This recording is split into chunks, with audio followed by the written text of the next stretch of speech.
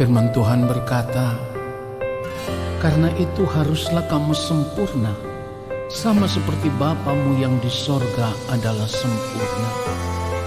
Oleh sebab itu kita mau berjuang untuk hidup benar, hidup kudus, hidup berkenan di hadapan Allah Bapa di sorga, dan menjadi sempurna sama seperti Dia.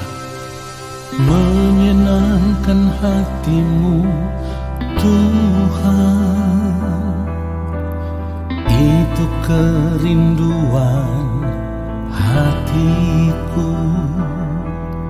Ya Bapa,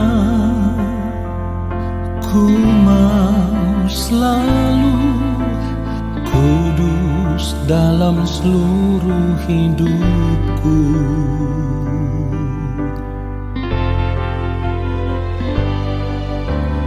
Tiada lain kerinduanku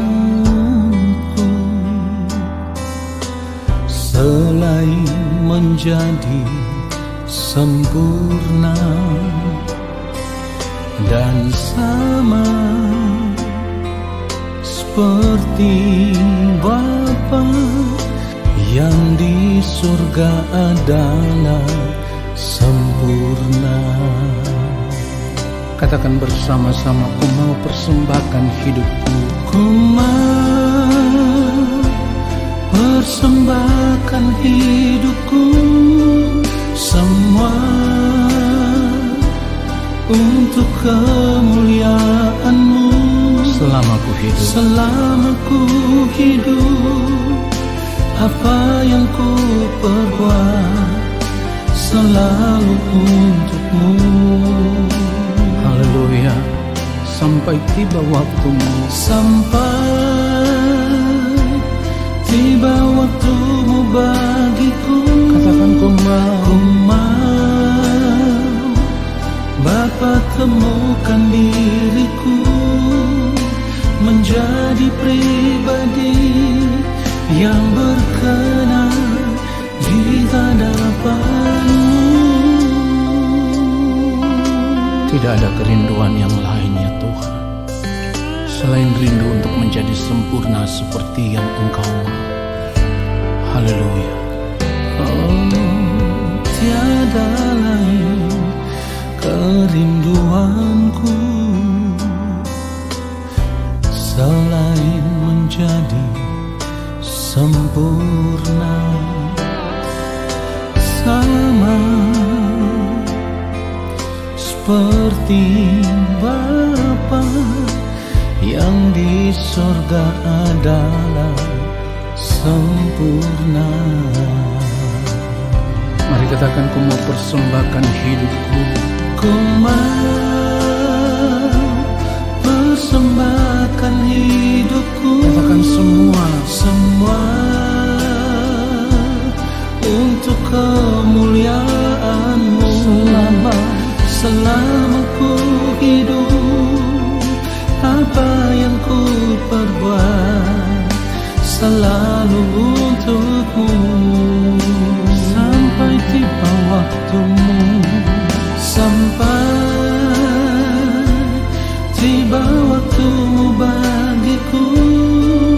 Ku mau Bapa temukan diriku menjadi pribadi katakan yang berkenan di hadapan-Mu. Ya Bapa, kami mau mempersembahkan tubuh kami sebagai persembahan yang hidup, yang kudus, yang berkenan kepadamu.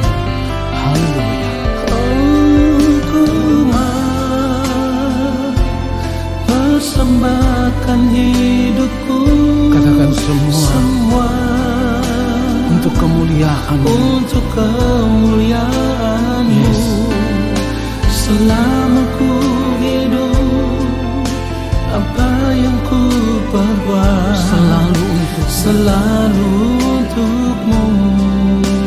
Sampai tiba waktumu, sampai tiba waktumu bagiku.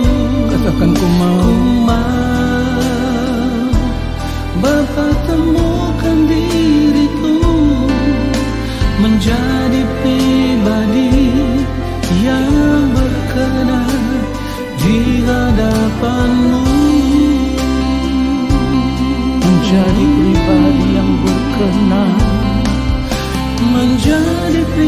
pribadi yang berkenan. Katakan sekali lagi, menjadi pribadi yang berkenan di hadapan-Mu. di hadapan-Mu. Ini kerinduan kami ya Tuhan, menjadi pribadi yang senantiasa berkenan kepadamu dan hidup hanya untuk memuliakan Engkau. Haleluya.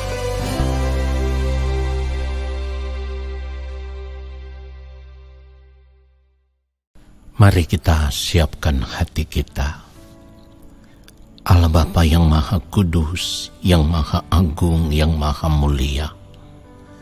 Saat ini Bapa, kami semua ada di hadapan Bapa. Kami menyiapkan hati kami untuk menerima kebenaran firman-Mu.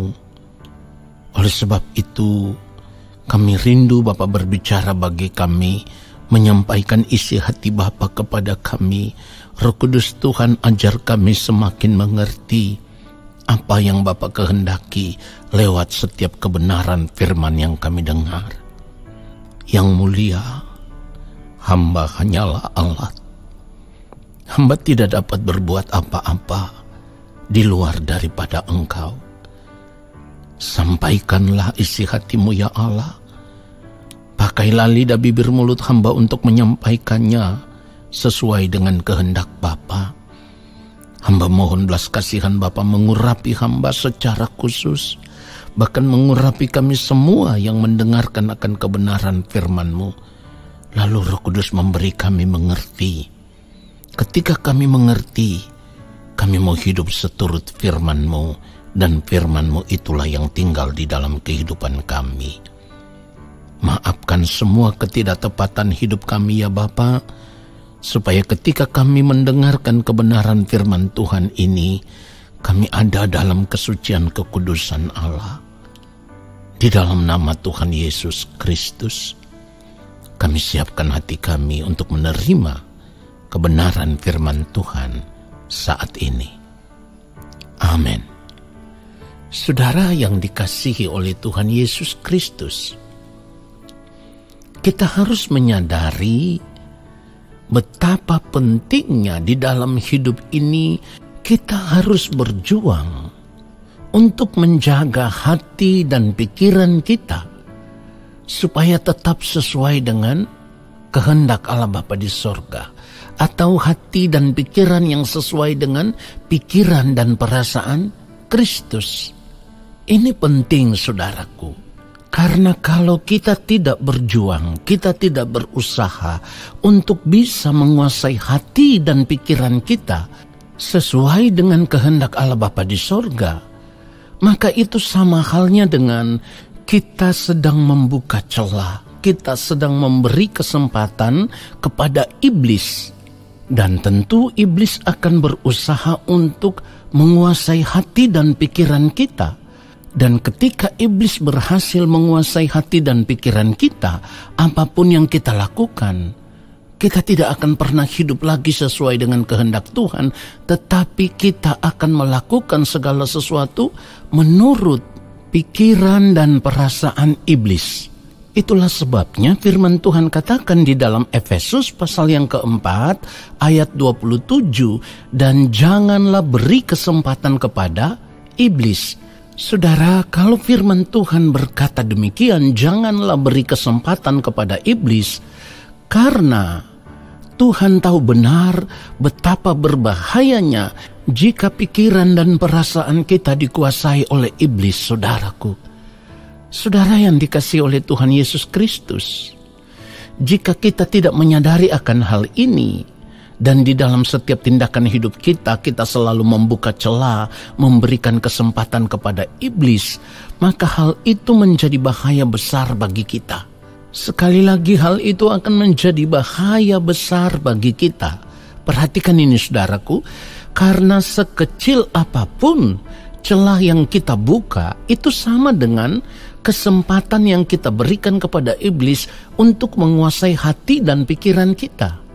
Saudara, kalau ini terjadi pada akhirnya, kita tidak akan pernah bisa hidup melakukan kehendak Allah Bapa di sorga. Saudaraku, kita harus sadar bahwa semua perbuatan atau keinginan hati yang tidak sesuai kehendak Tuhan itu adalah jahat. Sekali lagi, semua perbuatan atau keinginan hati yang tidak sesuai kehendak Tuhan itu adalah jahat. Atau dengan kata lain, saudaraku, hal itu merupakan kejahatan di mata Allah. Dan kejahatan itu terjadi bukan tanpa sebab. Sebabnya adalah kita tidak berjuang, kita tidak berusaha untuk menguasai hati dan pikiran kita sesuai dengan pikiran perasaan Allah. Itulah yang membuat iblis selalu bisa mengontrol hati dan pikiran kita. Iblis selalu bisa menguasai hati dan pikiran kita. Oleh sebab itu saya katakan tadi, kita harus benar-benar menyadari akan hal ini, lalu kita berjuang supaya setiap saat kita menjaga hati dan pikiran kita tetap selaras dengan pikiran dan perasaan Allah, atau sama dengan pikiran dan perasaan Kristus. Inilah yang firman Tuhan maksudkan di dalam Filipi pasal yang kedua ayat yang kelima. Kalau kita lihat, hendaklah kamu dalam hidupmu bersama menaruh pikiran dan perasaan yang terdapat juga dalam Kristus Yesus. Perhatikan itu, saudaraku. Persoalannya adalah kalau kita mengontrol seluruh keberadaan hidup kita, tentu yang terutama kalau kita mau memeriksa hati dan pikiran kita saat ini sebagai orang percaya, kita akan menemukan bahwa kita belum hidup sepikiran dengan Allah. Kita belum hidup mengenakan pikiran dan perasaan Kristus, saudaraku. Saudara, mungkin sekarang yang menjadi pertanyaan besar bagi kita adalah, jika demikian, bagaimana caranya kita bisa menguasai hati dan pikiran sesuai dengan kehendak Allah Bapa di sorga? Saudaraku, supaya kita bisa menguasai hati dan pikiran kita sesuai dengan pikiran dan perasaan Allah, atau sesuai dengan pikiran dan perasaan Kristus, maka kita harus mampu membedakan apa yang menjadi kebutuhan dan apa yang merupakan keinginan.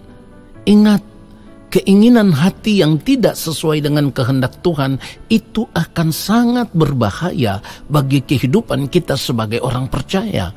Jadi kita harus bisa membedakan itu, saudaraku, mana kebutuhan, mana keinginan.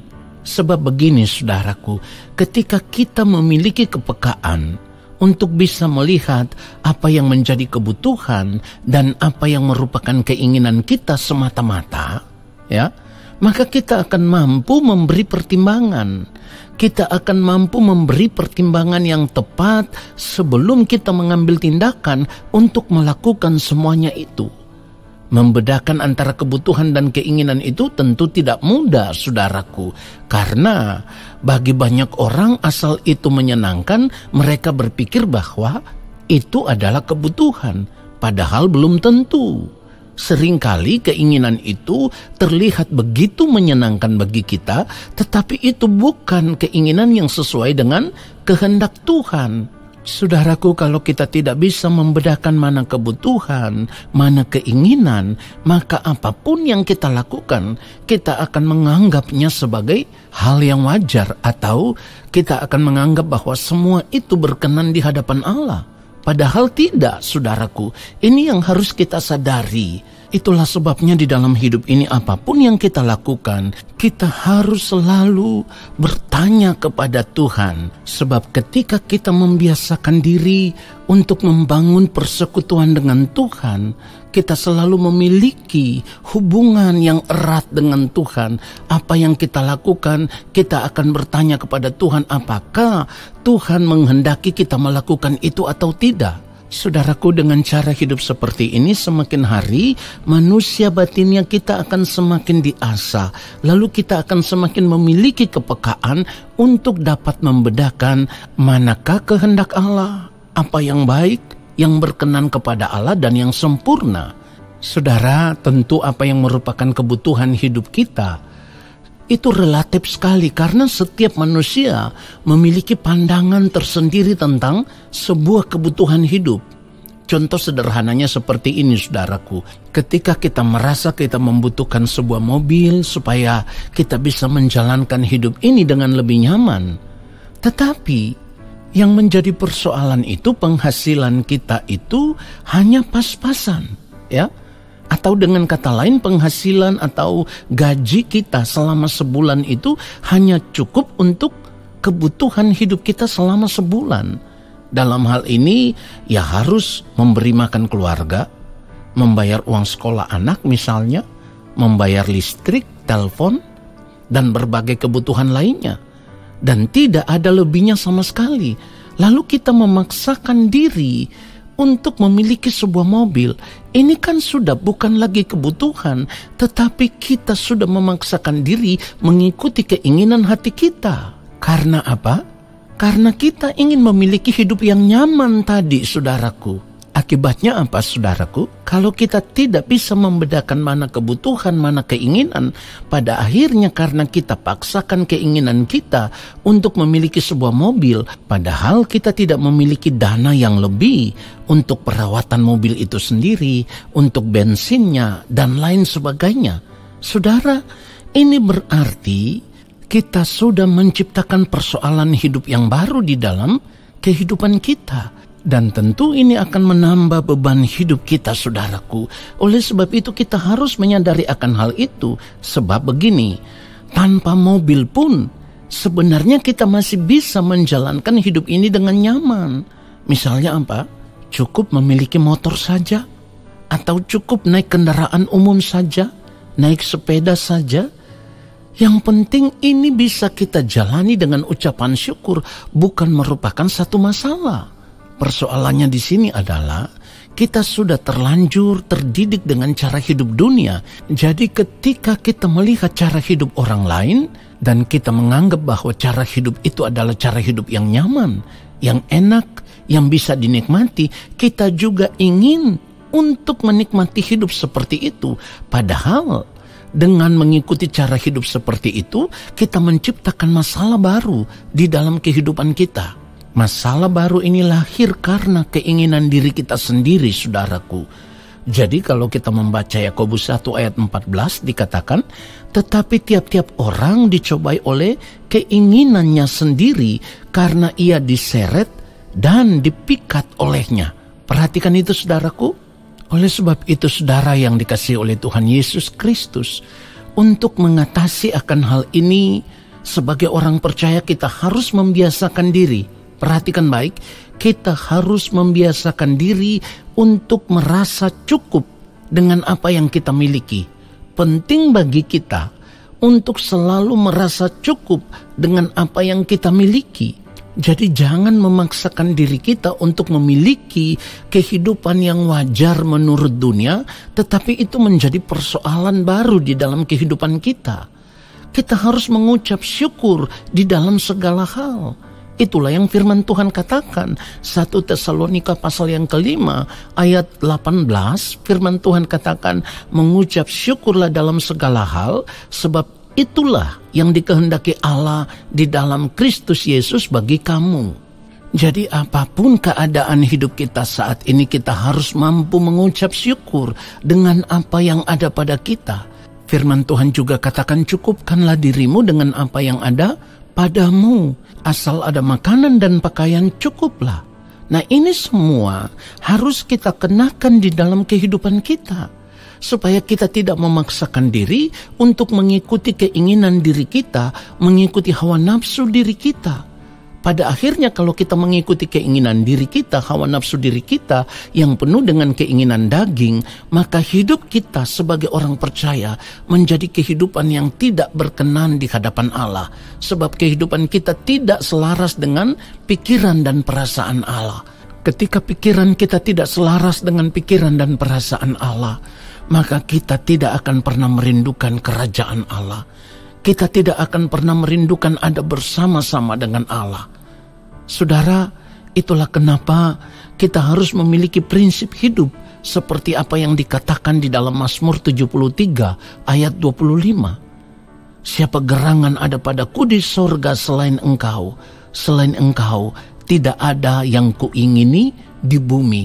Jadi kita harus mengarahkan fokus hidup kita hanya kepada kerajaan Allah Bapa di sorga dan bukan yang lain.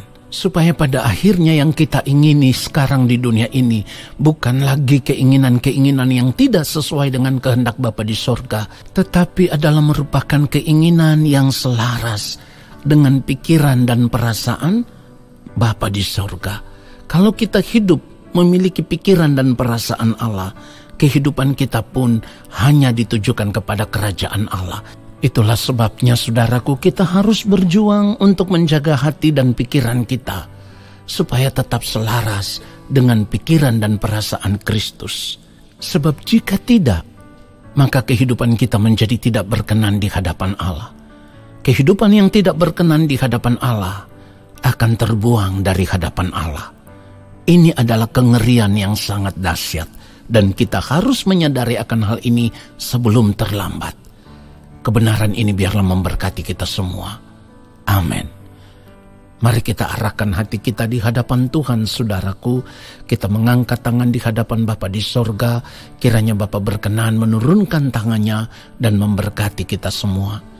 Segala berkat kasih karunia daripada Allah Bapa di sorga, rahmat cinta kasih yang berlimpah-limpah dari Tuhan Yesus Kristus di dalam persekutuan dengan Roh Allah yang kudus, turun atas kehidupan kita semua, memberkati kehidupan kita semua, menyertai langkah kehidupan kita semua saat ini, sampai Tuhan Yesus datang kembali.